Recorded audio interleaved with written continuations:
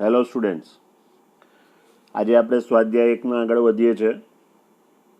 શું કહે છે? નીચે આપેલા ગણો પૈકી કયા ગણના ઉપગણ છે તે નક્કી કરો. તો પહેલું શું આપે છે? a ઇક્વલ ટુ એક્સ, જ્યાં એક્સ બિલોંગ્સ ટુ આર અને એક્સ એ સમીકરણ x² - 8x + 12 = 0નું સમાધાન કરે છે. તો હવે આપણે આ સમીકરણને ઉકેલીશું ને પહેલાં. એટલે x² - 8x + 12 = 0. તો 12ના એવા ભાગ પાડો કે સરવાળો 8 આવે. તો 6 દુ 12, પણ 8 કેવો જોઈએ છે? માઇનસ, એટલે -2 અને -6 થશે. એટલે x - 2 ને x - 6 આવા ડાયરેક્ટ ભાગ પડી જાય, ડાયરેક્ટ અવયવ પડે જ્યારે અહીંયા આગળ x² નો અવયવ 1 હોય ત્યારે. બરાબર? તો x - 2 = 0 અને x - 6 = 0. એટલે x ની બે કિંમતો મળે છે, 2 અને 6. બરાબર? એટલે એ તરીકે મળ્યું આપણને 2 અને 6. ચલો, બી તરીકે શું છે? 2, 4 અને 6.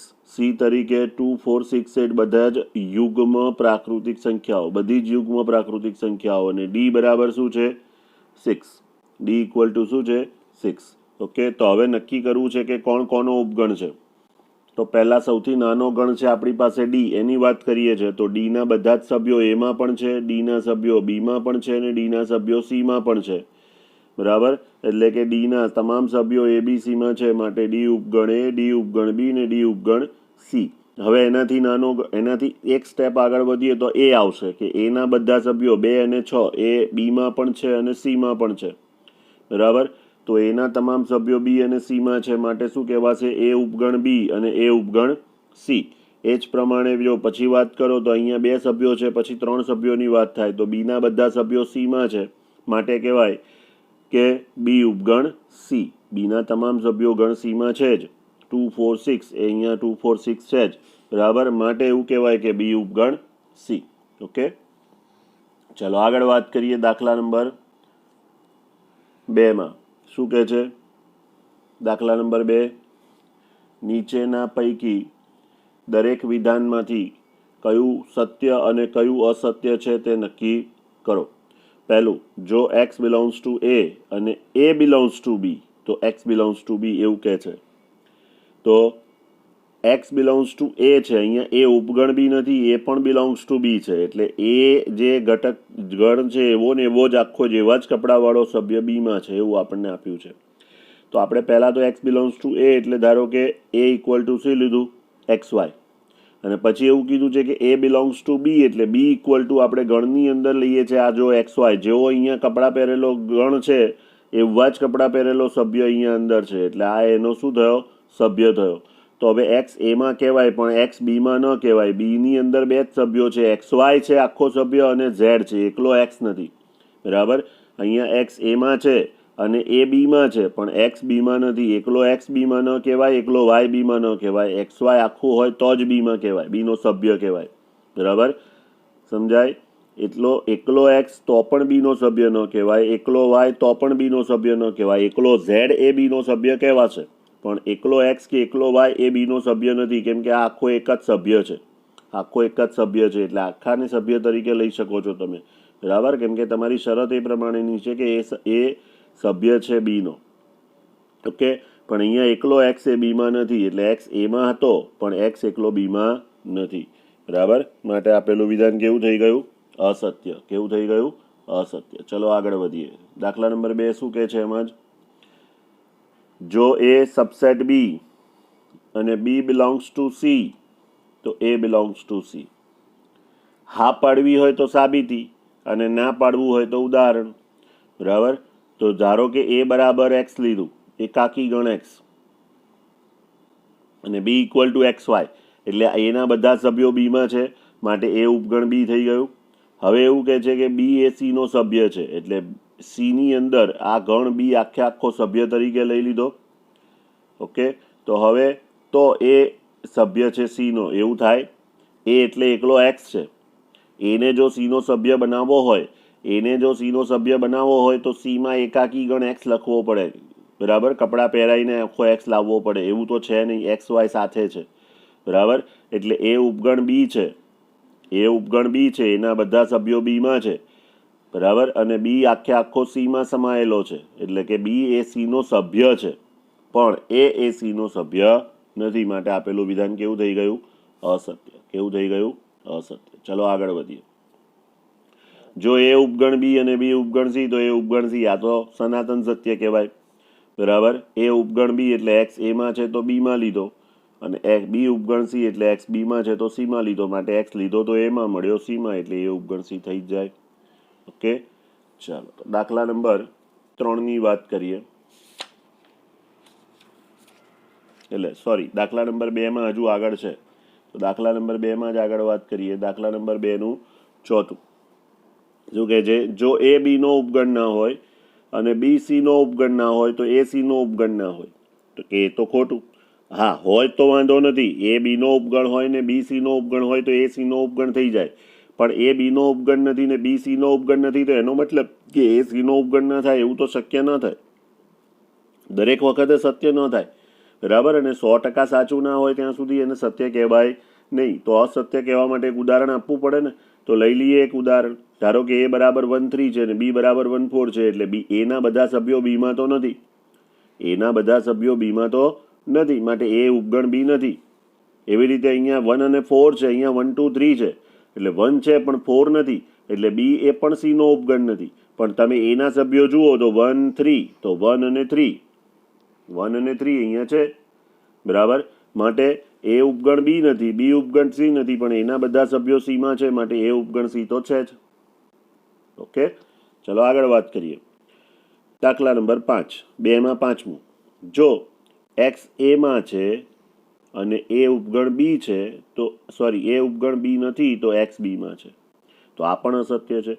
જો ઉપગણ હોત તો સાચું જ હતું, પણ ઉપગણ નથી તોય બીમાં છે, એવું તો દરેક વખતે શક્ય બને નહીં. બરાબર. ધારો કે એ ઇક્વલ ટુ મેં લઈ લીધું છે એક્સ બી સી, કેમ કે મારે એક્સને એમાં બતાવવાનો છે, એટલે એક્સને બતાવ્યો, એટલે એ બી સીની જગ્યાએ મેં એક્સ બી સી લીધું છે. બરાબર. હવે એ ઉપગણ બી નથી, એટલે અહીંયા બધા જ સભ્યો જુદા જુદા લઈ લીધા. વાય ડી ઈ બધું જ જુદું છે. એક્સમાં છે એમાંનો એક પણ સભ્ય મેં અહીંયા સોરી એમાં છે એમાંનો એક પણ સભ્ય અહીંયા બીમાં આપણે લીધો જ નથી. બરાબર. તો એક્સ આપણો એમાં હતો તો બીમાં નથી. બરાબર. એટલા માટે આપેલું વિધાન કેવું છે? અસત્ય. ચાલો આગળ વાત કરીએ. 6 નંબર. જો એ ઉપગણ બી અને એક્સ બીમાં ના હોય તો એક્સ એમાં પણ ના હોય, તો એ વાત સાચી, કેમ કે બી એ અધિગણ છે. બી કયો ગણ છે? અધિગણ છે. અને અધિગણમાં કોઈ ઘટક ના હોય તો એ ઉપગણમાં તો ના જ હોય. બરાબર. અને એને સાબિત પણ કર્યું છે. જુઓ, ધારો કે એક્સ ક્યાં છે? બીમાં. સોરી, એક્સ બીમાં નથી. ધારો કે એક્સ બીમાં નથી. એક્સ બીમાં નથી તો એક્સ ક્યાં હોય? બી ડેશમાં.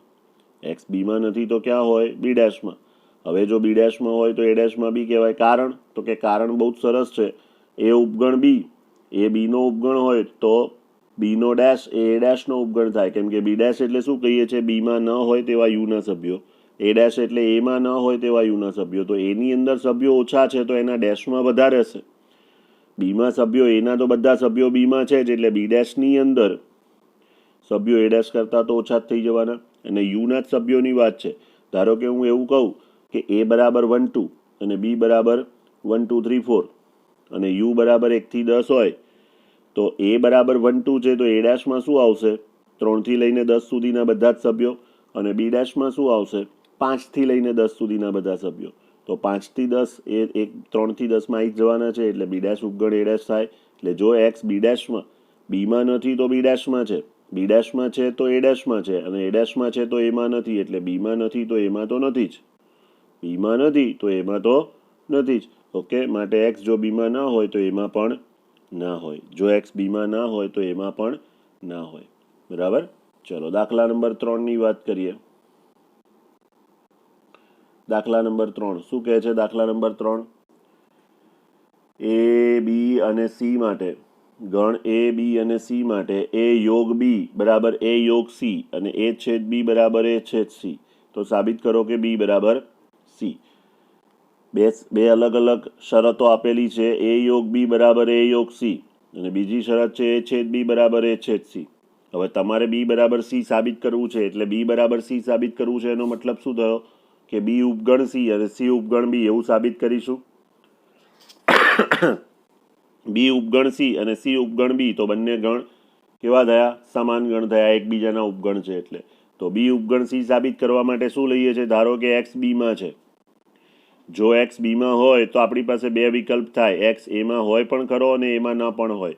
જો એક્સ એમાં હશે તો બી અને એ બંનેમાં હોય તો છેદમાં હોય, અને જો એક્સ એમાં ના હોય તો બીમાં તો છે જ, એમાં ભલે ના હોય તો યોગમાં હોય. એટલે બે ઓપ્શન છે આપણી પાસે. એના માટે બે શરતો પણ આપી છે આપણને, બરાબર. એટલે પહેલું વિકલ્પ આપણે લઈએ છીએ કે એક્સ એમાં હોય.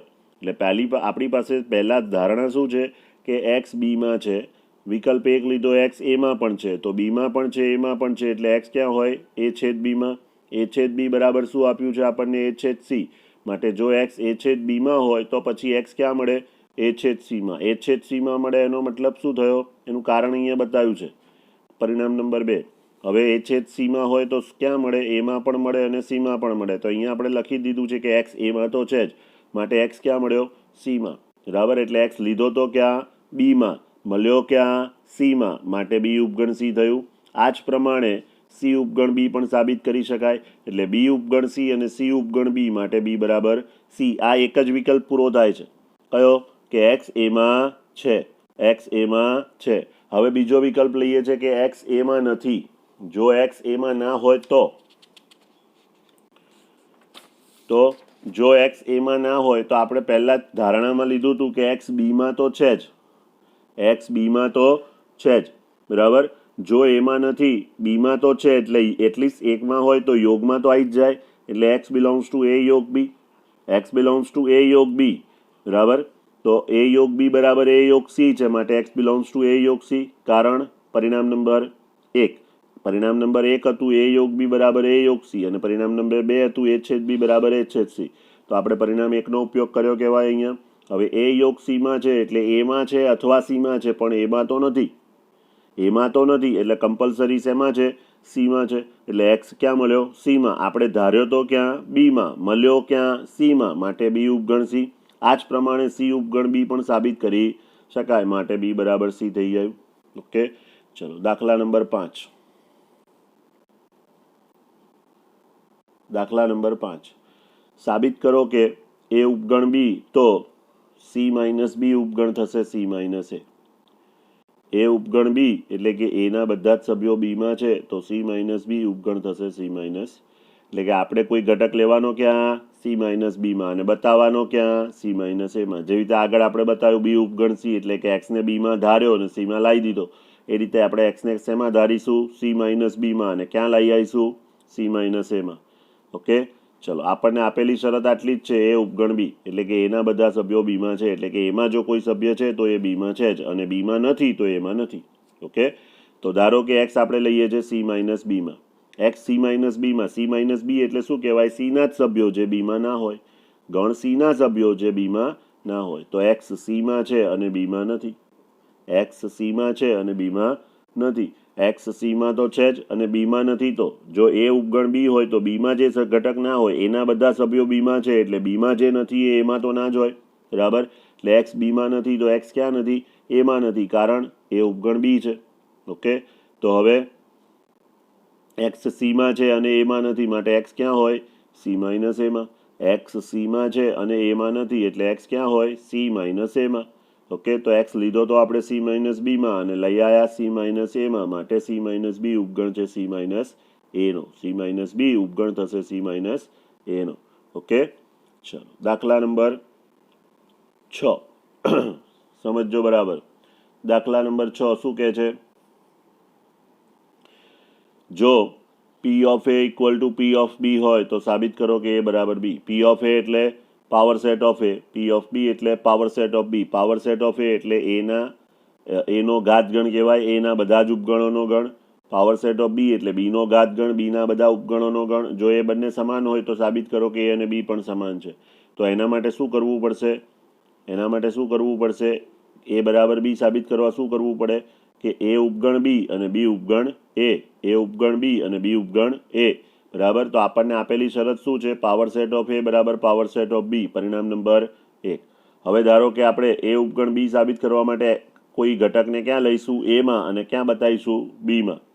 તો ધારો કે એક્સ એમાં છે.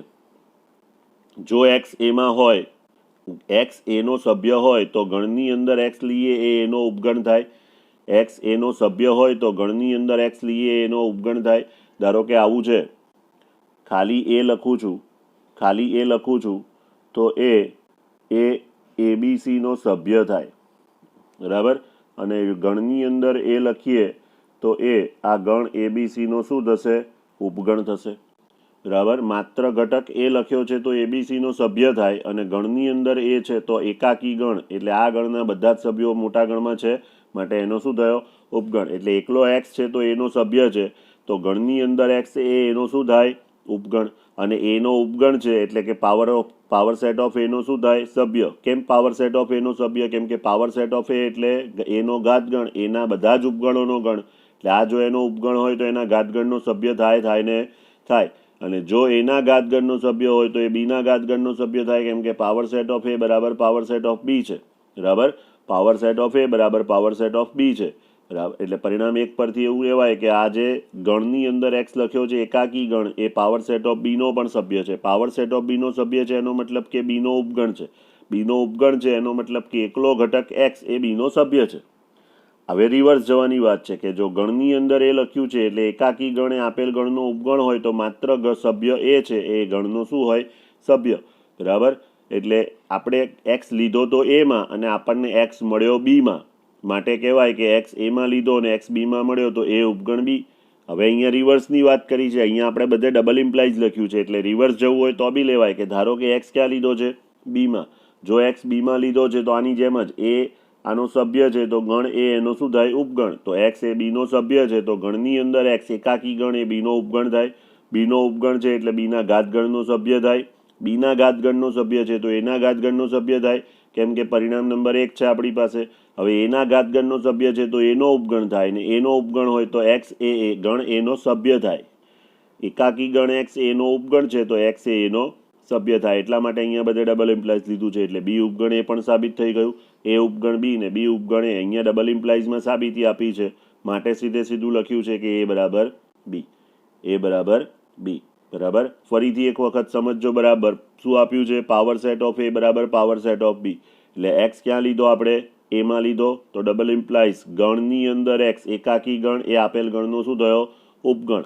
આપેલ ગણના બધા જ ઉપગણોનો ગણ એટલે એનો ઘાતગણ એટલે એના ઉપગણોનો ગણ છે એટલે એનો સભ્ય થાય ઘાતગણનો. જો પાવર સેટ ઓફ એનો સભ્ય છે તો પાવર સેટ ઓફ બીનો સભ્ય થાય, કારણ કે પાવર સેટ ઓફ એ બરાબર પાવર સેટ ઓફ બી છે, બરાબર. પાવર સેટ ઓફ બીનો સભ્ય છે એટલે કે ગણ બીનો ઉપગણ થાય.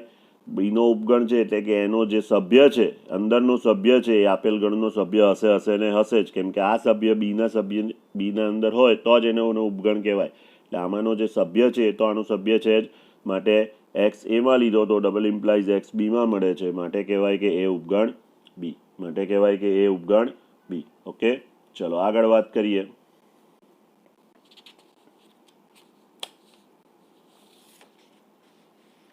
શું કહે છે? દાખલા નંબર 7. દાખલા નંબર 7 શું કહે છે? કોઈ પણ ગણ એ અને બી માટે power set of A union power set of B બરાબર power set of A union B. સત્ય છે? તમારા જવાબની યથાર્થતા ચકાસો. જો હા હોય તો સાબિતી આપો અને ના હોય તો ઉદાહરણ. હા હોય તો સાબિતી અને ના હોય તો ઉદાહરણ. તો શું કહે છે? Power set of A union power set of B. Power set of A union power set of B બરાબર power set of A union B. Okay, તો સૌથી પહેલા આપણે ગણ લઈ લઈએ છીએ એવા એ બરાબર 1 2 છે અને બી બરાબર 2 3 છે. એ બરાબર 1 2 છે અને બી બરાબર 2 3 છે. કેમ આવો ગણ લીધો? તો કે એવો જ ગણ લેવાનો કે જેની અંદર ઓછામાં ઓછો એક સભ્ય સામાન્ય હોય, બરાબર. તો એનો મતલબ શું થશે? એનો મતલબ એવો થાય કે એની અંદર 2 સભ્યો છે, બીની અંદર 2 સભ્યો છે, તો એ યોગ બીમાં 4 સભ્યો નહીં થાય. એક સભ્ય તો સામાન્ય હતો ને, એટલે હવે કેટલા સભ્યો થયા? 3. જો આપેલ ગણમાં 2 સભ્યો હોય તો એના ઘાત ગણમાં કેટલા સભ્યો થાય? 2 ની 2 ઘાત એટલે 4. આપેલ ગણમાં 2 સભ્યો છે 1 અને 2, તો એના ઘાત ગણમાં 2 ની 2 ઘાત એટલે કેટલા સભ્યો થાય? 4. પહેલા તો 5, પછી એકાકી ગણ 1, એકાકી ગણ 2 અને છેલ્લે ગણ એ પોતે, અથવા તો 1 2 લખો. એવી રીતે બીમાં પણ 2 સભ્યો છે તો બીના ઘાત ગણમાં પણ 2 ની 2 ઘાત એટલે કેટલા સભ્યો થાય? 4. તો 5, એકાકી ગણ 2, એકાકી ગણ 3 અને પછી ગણ બી પોતે, અથવા તો 2 3 લખો. ઓકે, અને પાવર સેટ ઓફ એ યોગ બી. પાવર સેટ ઓફ એ યોગ બી, તો એ યોગ બીમાં કેટલા સભ્યો છે? 3. તો એના ઘાતગણમાં કેટલા સભ્યો હોય? 2 ની 3 ઘાત એટલે કે 8. કયા સભ્યો? તો કે 5, એકાકી ગણ 1, એકાકી ગણ 2, એકાકી ગણ 3, પછી 1 2, 1 3, 2 3 અને 1 2 3 થશે આવું. ઓકે, તો હવે પાવર સેટ ઓફ એ યોગ પાવર સેટ ઓફ બી કરો તો શું આવશે? 5 તો 2 વખત છે એટલે એક જ વાર લખાય. પછી એકાકી ગણ 1, એકાકી ગણ 2, એકાકી ગણ 3 અને 1 2 2 3, 1 2 અને 2 3. તો આપણી પાસે 2 સભ્યો નથી આવતા. કયા સભ્યો નથી આવતા? 1 3 નથી આવતો અને 1 2 3 પણ નથી આવતો. બરાબર, બાકીના સભ્યો અહીંયા છે. બાકીના સભ્યો છે 5 છે, એકાકી ગણ 1 છે, એકાકી ગણ 2 છે, એકાકી ગણ 3 છે, પછી 1 2 છે, 2 3 છે. પણ 1 3 અને 1 2 3 એ માત્ર પાવર સેટ ઓફ એ યોગ બીમાં છે. પાવર સેટ ઓફ એમાં પણ નથી ને પાવર સેટ ઓફ બીમાં પણ નથી.